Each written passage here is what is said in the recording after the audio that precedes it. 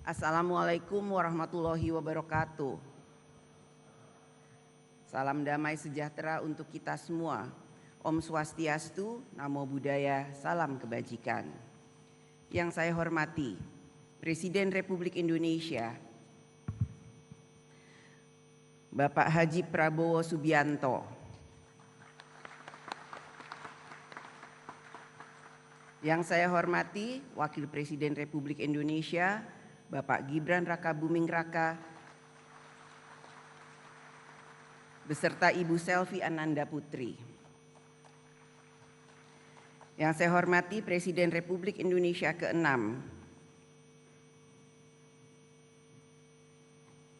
Bapak Profesor Dr. Honoris Causa Haji Susilo Bambang Yudhoyono MA. Yang saya hormati Presiden Republik Indonesia ke-7 Bapak Insinyur Haji Joko Widodo. Yang saya hormati Wakil Presiden Republik Indonesia ke-6 Bapak Jenderal TNI Purnawirawan Tri Sutrisno. Yang saya hormati Wakil Presiden Republik Indonesia ke-10 dan ke-12 Bapak Dr. Andes Haji Muhammad Yusuf Kalla. Yang saya hormati Wakil Presiden Republik Indonesia ke-11 Bapak Profesor Dr. Haji Budiono BSc MEC. Yang saya hormati Wakil Presiden Republik Indonesia ke-13 Bapak Profesor Dr. Honoris Causa Kiai Haji Ma'ruf Amin. Yang saya hormati Ibu Dr. Honoris Causa Dr. Randa Hajah Sinta Nuria Abdurrahman Wahid M.Hum. Yang saya hormati Ibu Hajah Soraya Hamzahas. Yang saya hormati Ketua Majelis Permusyawaratan Rakyat Republik Indonesia Bapak Ahmad Muzani dan para Wakil Ketua MPR RI. Yang saya hormati Ketua Dewan Perwakilan Daerah Republik Indonesia Bapak Sultan Bahtiar Najamuddin dan para Wakil Ketua DPD RI. Ketua Badan Pemeriksa Keuangan Republik Indonesia Ibu Dr. Insinyur Ismayatun CSFA CFRA dan Wakil Ketua BPK RI. Ketua Mahkamah Agung Republik Indonesia Bapak Profesor Dr. Haji Sunarto. Ketua Mahkamah Konstitusi Republik Indonesia Bapak Dr. Suhartoyo SAMH. Ketua Komisi Yudisial Republik Indonesia Bapak Profesor Amzulian Rifai SHLMM PhD. Para Wakil Ketua Dewan Perwakilan Rakyat Republik Indonesia. Dan yang saya hormati para Ketua Umum Partai Politik yang saya sayangi dan saya cintai. Ketua Umum Partai Demokrasi Indonesia Perjuangan Ibu Profesor Dr. Honoris Causa Haja Megawati Soekarno Putri atau yang saat ini diwakili saya keberadaannya.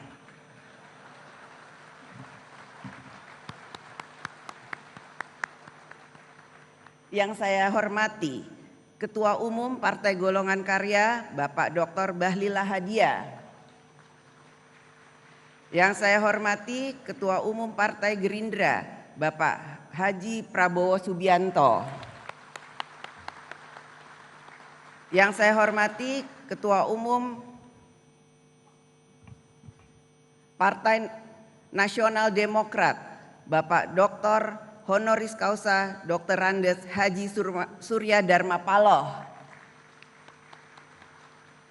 Yang saya hormati Ketua Umum Partai Kebangkitan Bangsa Bapak Dr. Honoris Causa Dr. Andes Haji Abdul Muhaimin Iskandar MSI. Yang saya hormati Presiden Partai Keadilan Sejahtera Bapak Dr. Haji Al-Muzamil Yusuf MSI. Yang saya hormati Ketua Umum Partai Amanat Nasional Bapak Dr. Honoris Causa Haji Zulkifli Hasan SEME. Yang saya hormati Ketua Umum Partai Demokrat Bapak Haji Agus Harimurti Yudhoyono MSc MPA MA. Para anggota MPR RI, DPR RI, dan DPD RI yang mulia para duta besar negara sahabat. Pada kesempatan ini hadir pula para ketua parlemen negara ASEAN Yang pertama, His Excellency Tan Sri Dato Dr. Johari Abdul, President of AIPA, Speaker of the House of Representatives Malaysia. Yang kedua, Her Excellency Maria Fernanda Lei, Speaker of National Parliament Democratic Republic of Timor-Leste. Yang ketiga, His Excellency Shah Kiang Peng, Speaker of Parliament Republic of Singapore. Yang keempat, His Excellency Pehin Orang Kaya Sri Lela Dato Sri Setia Awang Haji Abdurrahman bin Dato Setia Haji Muhammad Taib.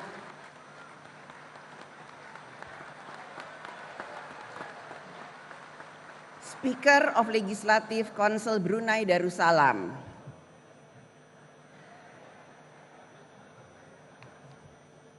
Para Menteri Kabinet Merah Putih, Panglima TNI, Kapolri dan Jaksa Agung, para perwakilan teladan dari seluruh Indonesia, para insan pers, media cetak dan elektronik, para undangan yang berbahagia serta seluruh rakyat Indonesia yang kami muliakan. Saudara-saudara sebangsa dan setanah air yang saya hormati dan saya cintai, hari ini kita berkumpul dengan semangat kebangsaan yang tinggi. Dalam hitungan hari, bangsa kita akan memasuki peringatan 80 tahun kemerdekaan Republik Indonesia. 80 tahun kita berdiri sebagai satu bangsa, satu tanah air yang dipersatukan oleh bahasa persatuan, bahasa Indonesia. Lebih dari itu, persatuan kita tegak karena kita memiliki Pancasila yang mempersatukan segala perbedaan suku, agama, dan budaya. Pancasila bukan hanya sekedar nilai, melainkan jiwa kehidupan berbangsa dan bernegara. Namun, mempertahankan Indonesia sebagai negara yang besar, berdaulat, dan kaya sumber daya bukanlah tugas yang ringan.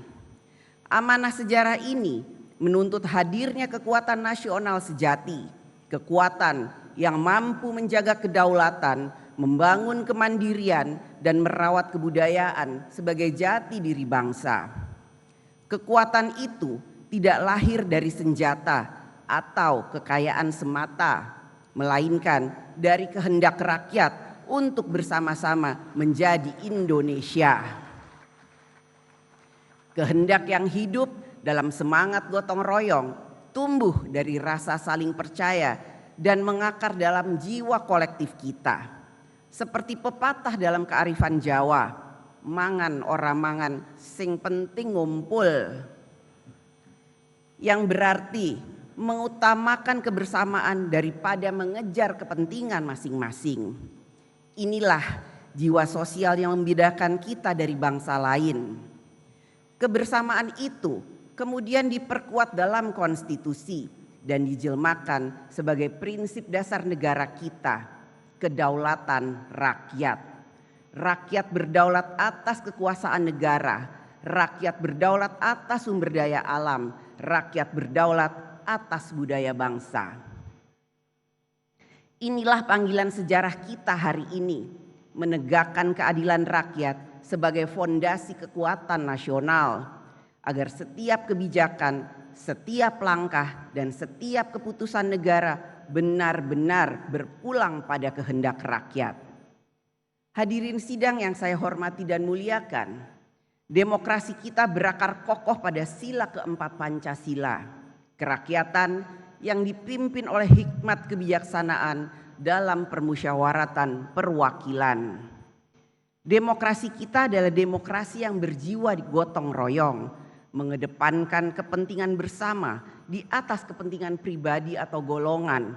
Demokrasi kita bukan hanya tentang saya, akan tetapi tentang kita.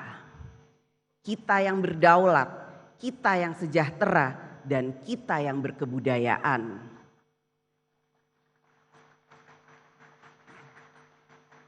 Demokrasi Pancasila menempatkan musyawarah sebagai proses utama dan hikmat kebijaksanaan sebagai sumber pikiran dan nurani dalam setiap pengambilan keputusan, sehingga membawa kebaikan bagi seluruh rakyat dan tidak meninggalkan siapapun di belakang.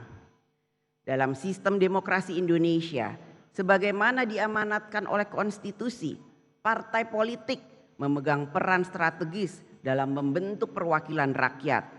Partai politik bukan sekedar kendaraan menuju kekuasaan, tetapi jembatan antara rakyat dan negara. Dari partailah wakil rakyat dilahirkan, dari partailah presiden dan kepala daerah diusung. Oleh karena itu, partai politik memikul tanggung jawab besar sebagai soko guru kedaulatan rakyat. Partai politik bukan hanya struktur organisasi, partai politik adalah institusi perjuangan yang seharusnya berdiri tegak di atas nilai, integritas, dan kepercayaan rakyat. Sebab partai tanpa nilai perjuangan akan membawa kekuasaan kehilangan arah dan makna bagi rakyat. Karena peran strategis itulah, partai politik tidak boleh berhenti membenahi diri. Partai harus menjadi tempat lahirnya para pemimpin yang bukan hanya pandai berbicara, tetapi juga mampu berpihak, bekerja, dan berani mengambil risiko demi kepentingan rakyat.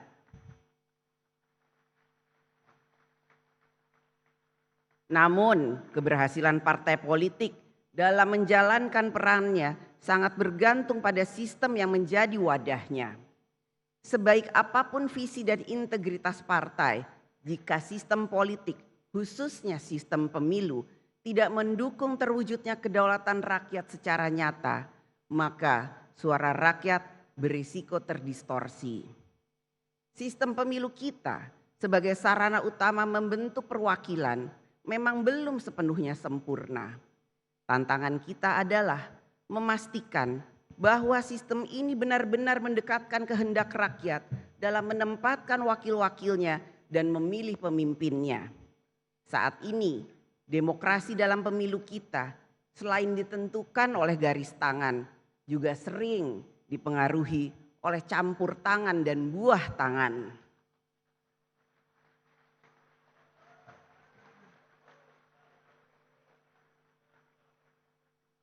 Kita semua memiliki garis tangan, nasib dan kesempatan yang diberikan oleh Allah Subhanahu wa Ta'ala, Tuhan yang Maha Esa. Tetapi tidak semua dari kita memiliki kemampuan yang sama untuk ikut campur dan memberikan buah tangan dalam menentukan arah demokrasi. Inilah kritik sekaligus otokritik terhadap demokrasi dalam pemilu kita. Kita harus terus memperbaiki dan menyempurnakannya. Sebab demokrasi yang kita cita-citakan bukanlah demokrasi campur tangan dan buah tangan, tetapi demokrasi yang memberi kesempatan setara bagi semua warga negara. Marilah kita bangun demokrasi yang menghidupkan harapan rakyat. Demokrasi yang tidak berhenti di bilik suara, tetapi terus tumbuh di ruang-ruang dialog, di dapur rakyat, di balai desa, hingga di gedung parlemen, agar setiap keputusan lahir dari kesadaran bersama, bukan hanya kesepakatan segelintir elit. Dalam demokrasi, rakyat harus memiliki ruang yang luas untuk berserikat, berkumpul, menyatakan pendapat, dan menyampaikan kritik. Kini, kritik rakyat hadir dalam berbagai bentuk yang kreatif dan memanfaatkan kemajuan teknologi, khususnya media sosial sebagai corong suara publik. Ungkapan tersebut dapat berupa kalimat singkat seperti kabur saja dulu, sindiran tajam, Indonesia gelap, lelucon politik, negara Konoha, hingga simbol-simbol baru seperti bendera One Piece dan banyak lagi yang menyebar luas di ruang digital. Fenomena ini menunjukkan bahwa aspirasi dan keresahan rakyat kini disampaikan dengan bahasa zaman mereka sendiri. Bagi para pemegang kekuasaan, semua suara rakyat yang kita dengar bukanlah sekedar kata atau gambar. Di balik setiap kata ada pesan, di balik setiap pesan ada keresahan, dan di balik keresahan itu ada harapan.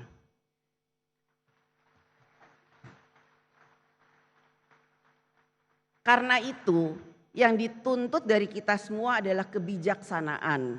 Kebijaksanaan untuk tidak hanya mendengar, tetapi juga memahami. Kebijaksanaan untuk tidak hanya menanggapi, tetapi merespon dengan hati yang jernih dan pikiran yang terbuka. Kita semua berharap apapun bentuk dan isi kritik yang disampaikan rakyat tidak boleh menjadi bara yang membakar persaudaraan Indonesia. Kritik tidak boleh menjadi api yang memecah belah bangsa. Sebaliknya, kritik pun harus menjadi cahaya yang menerangi jalan kita bersama. Kritik dapat keras dalam substansi dan menentang keras kebijakan. Akan tetapi, kritik bukan alat untuk memicu kekerasan, kebencian, menghancurkan etika dan moral masyarakat, apalagi menghancurkan kemanusiaan. Gunakanlah ruang kritik itu sebagai sarana untuk menyadarkan penguasa, memperbaiki kebijakan, menuntut tanggung jawab, dan mendorong kemajuan bagi seluruh anak bangsa. Hadirin sidang yang saya hormati dan muliakan, kekuasaan eksekutif, legislatif, dan yudikatif harus dibagi. Bukan untuk saling melemahkan, melainkan untuk memastikan tidak ada satupun kekuasaan pun yang berdiri di atas yang lain. Dalam konteks Indonesia, sebagaimana diatur dalam Undang-Undang Dasar Negara Republik Indonesia tahun 1945, pembagian kekuasaan antara pemerintah, DPR, DPD, MPR, MA, dan MK bukanlah sekedar pemisahan kekuasaan, akan tetapi kekuatan terpadu atau united power dalam mencapai tujuan bernegara. Kekuasaan eksekutif, legislatif, dan yudikatif bukanlah tiga kutub yang saling berseberangan, melainkan tiga pilar dari satu bangunan yang sama, yaitu bangunan kedaulatan rakyat. Seperti sebuah orkestra konstitusional, meskipun kadang-kadang nadanya sumbang, semua komponen harus tetap menyanyikan satu lagu yang sama, yaitu Indonesia Raya. DPR RI bertindak sebagai penjaga nurani rakyat dan penjaga konstitusi, memastikan kekuasaan tetap setia pada rakyat, taat pada jalur konstitusi, dan demokrasi berjalan dengan hikmat kebijaksanaan. DPD RI menjadi penyambung aspirasi daerah di tingkat nasional, menghimpun, menyalurkan, dan mengartikulasikan aspirasi masyarakat daerah dalam kerangka Negara Kesatuan Republik Indonesia. Mahkamah Agung dan Mahkamah Konstitusi merupakan penjaga supremasi hukum sekaligus bagian dari sistem demokrasi yang beradab yang menjalankan kewenangannya secara konsisten tanpa melampaui batas wewenang yang telah diatur konstitusi.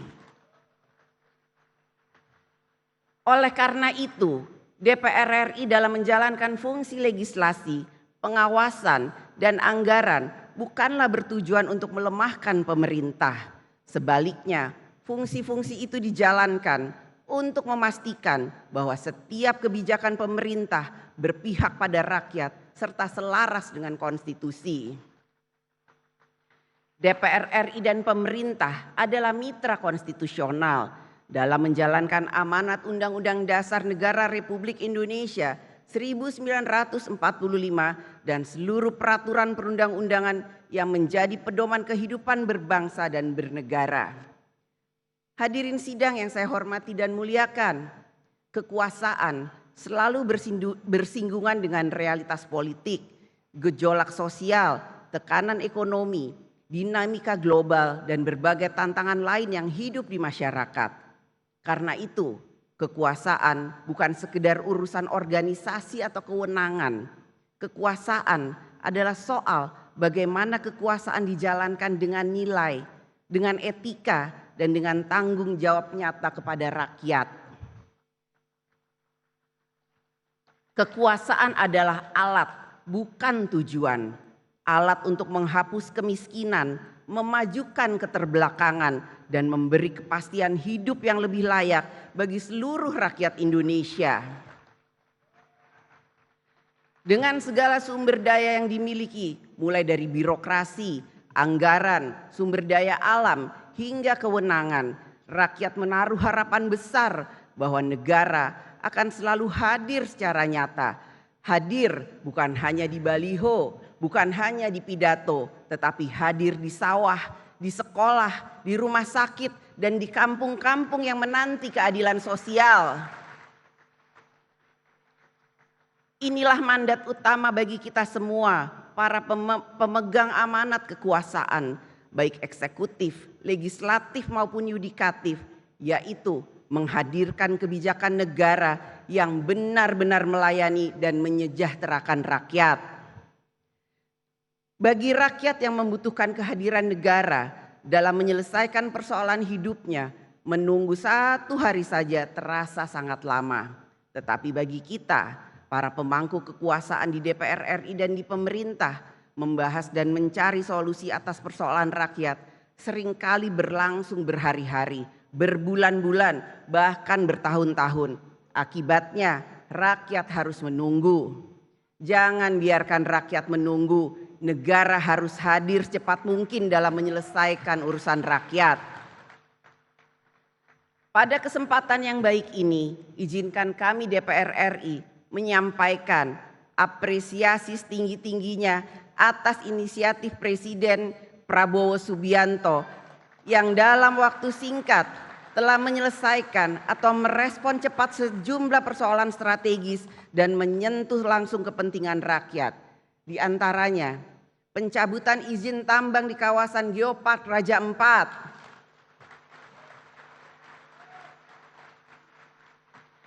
penyelesaian sengketa tapal batas pulau antara Aceh dan Sumatera Utara, kebijakan pembelian gabah petani dengan harga yang layak, dan berbagai kebijakan lain yang dijalankan melalui program Astacita. Respon cepat ini patut diapresiasi karena mencerminkan keberpihakan pemerintah pada kepentingan rakyat.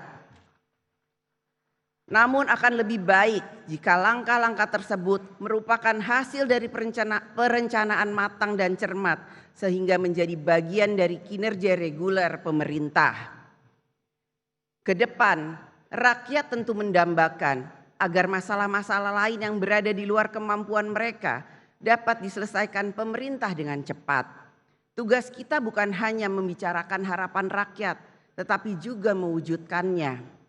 Pemerintah dalam menjalankan kekuasaannya harus senantiasa mawas diri, sebab kekuasaan sejatinya adalah untuk melayani, membantu, dan memberdayakan rakyat.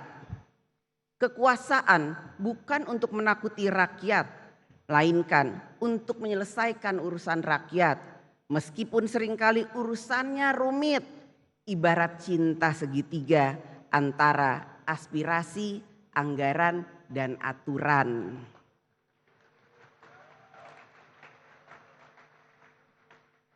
Namun, serumit-rumitnya cinta segitiga itu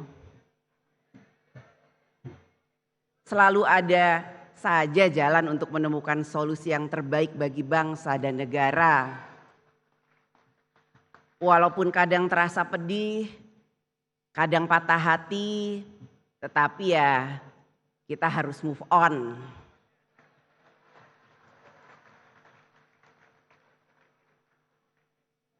Hadirin sidang yang saya hormati dan muliakan. Hari ini kita dihadapkan pada ketegangan dan konflik geopolitik, perang dagang, krisis iklim dan energi, ketimpangan ekonomi dan yang semakin tajam, disrupsi teknologi, serta pergeseran kekuatan global. Indonesia seperti banyak negara lainnya, berada di dalam pusaran global tersebut. Karena itu, kita harus memiliki pijakan yang kokoh dan arah yang jelas dalam memenangkan kepentingan bangsa dan negara.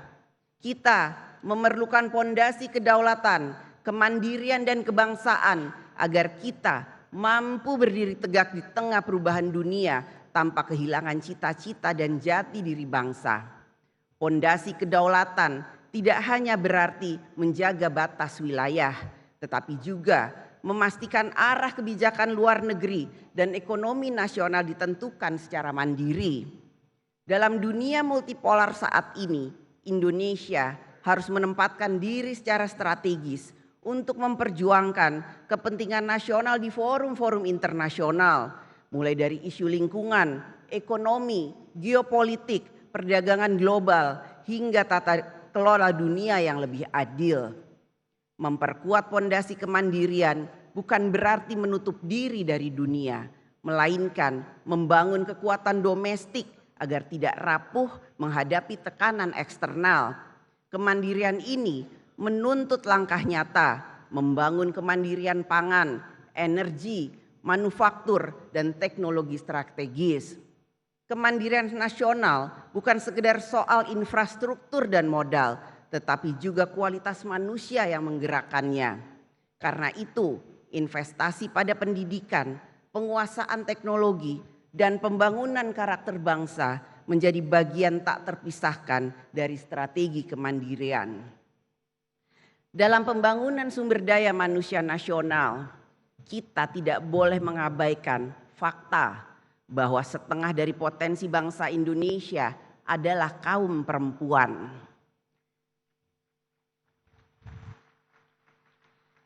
Data Badan Pusat Statistik atau BPS tahun 2024 menunjukkan 49% penduduk Indonesia adalah perempuan. Dalam era pembangunan inklusif, keberadaan dan kontribusi perempuan harus ditempatkan bukan hanya dalam kerangka hak azazi manusia, tetapi juga sebagai prasyarat keberhasilan pembangunan nasional. Hakikat pembangunan adalah membebaskan manusia dari belenggu ketidakadilan, kemiskinan, dan ketertinggalan.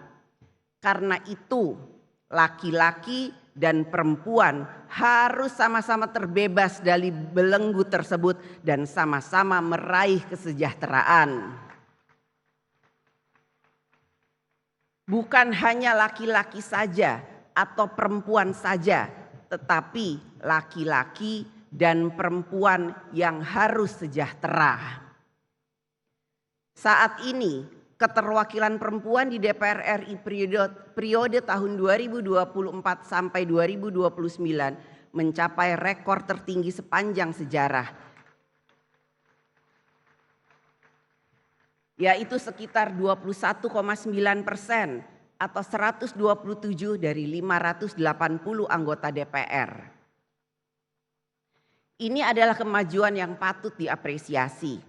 Namun masih jauh dari target ideal minimal 30% keterwakilan perempuan di lembaga legislatif, sebagaimana semangat afirmasi kesetaraan gender dalam politik Indonesia. Suara perempuan adalah nada asli yang ikut membentuk simfoni kehidupan bangsa. Tanpa nada itu, melodi peradaban akan kehilangan harmoni, hanya seperti denting yang tak pernah menjadi lagu.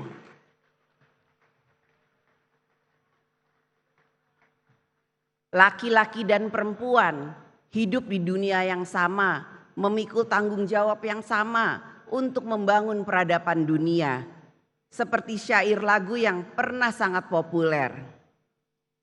Imagine all the people sharing all the world. You may say I'm a dreamer, but I'm not the only one. I hope someday you will join us and the world will live as one.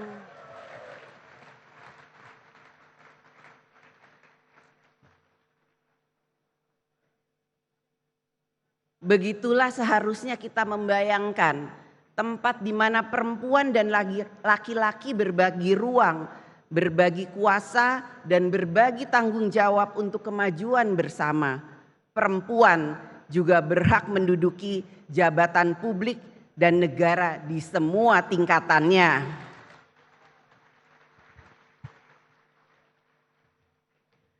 Pondasi berikutnya yang tak kalah penting adalah membangun pondasi kebudayaan.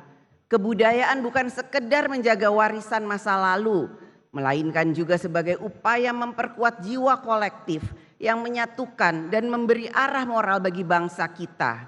Di tengah derasnya arus globalisasi nilai dan budaya asing, identitas bangsa kita tidak boleh luntur. Nilai-nilai luhur Pancasila, semangat gotong royong, serta Bhinneka Tunggal Ika adalah modal sosial terbesar yang kita miliki. Kita juga menghadapi tantangan terbesar yang berasal dari dalam diri kita yang harus kita taklukkan demi membangun kekuatan nasional yang kokoh dan berkelanjutan. Seperti yang pernah diingatkan oleh Bung Karno, perjuanganku lebih mudah karena melawan penjajah, tapi perjuanganmu akan lebih sulit karena melawan bangsamu sendiri. Di satu sisi, rakyat kita dengan segala keterbatasannya memiliki etos kerja yang luar biasa. Petani, nelayan, buruh, guru, ojek online, TNI, Polri, ASN, tenaga kesehatan di pelosok-pelosok negeri, mereka semua bekerja keras tanpa kenal lelah. Namun di sisi lain, kita menghadapi kenyataan pahit. Sebagian kecil masyarakat dengan segala kelebihannya justru mengeksploitasi rakyat dan sumber daya alam melalui praktek bisnis yang manipulatif, bisnis ilegal, tambang ilegal, judi online, narkoba, penyelundupan dan lain sebagainya. Keuntungan mereka sudah melampaui batas rasionalitas ilmu ekonomi dan nilai peradaban. Presiden Prabowo Subianto menyebutnya dengan istilah tajam, serakah nomik.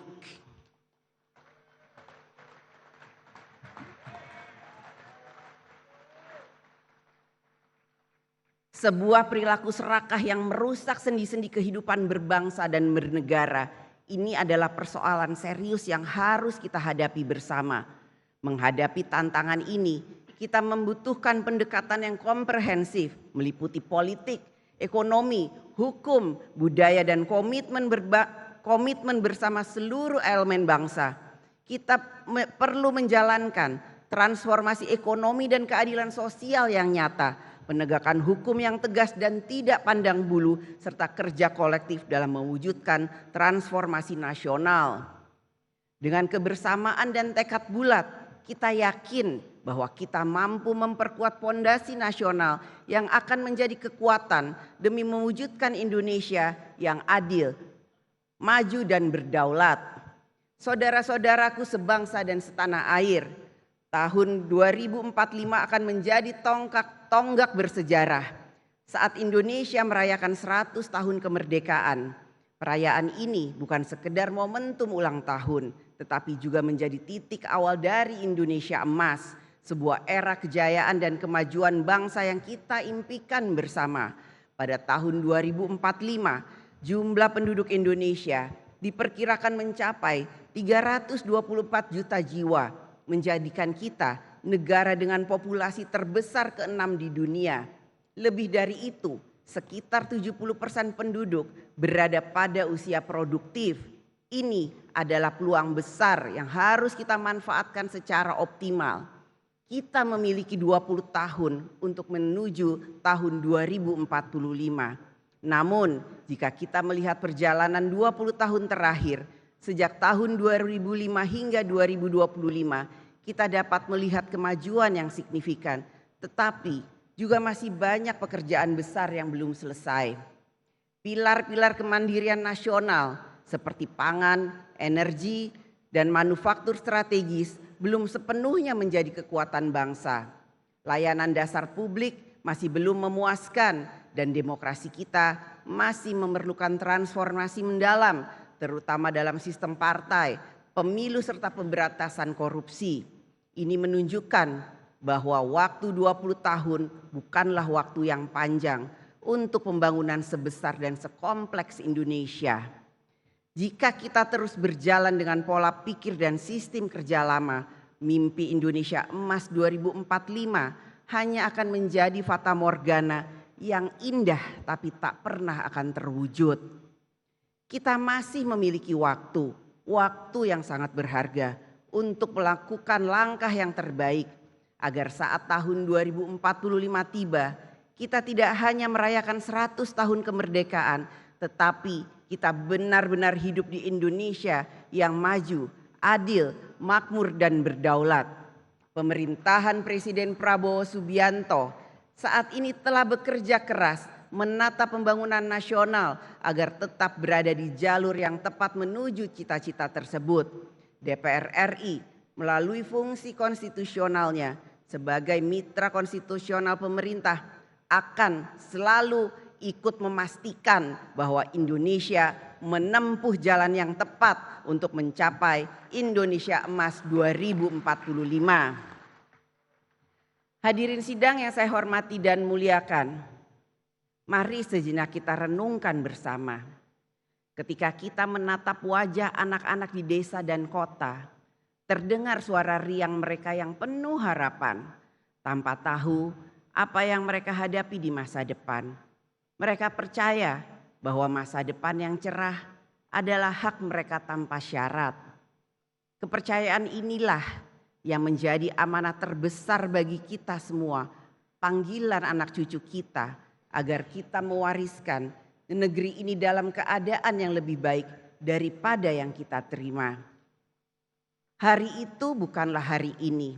Kata-kata ini mengingatkan kita bahwa kita masih memiliki waktu untuk menunaikan panggilan sejarah, untuk membuat kebijakan hari ini yang akan menjamin masa depan Indonesia yang cerah, bermartabat dan hebat.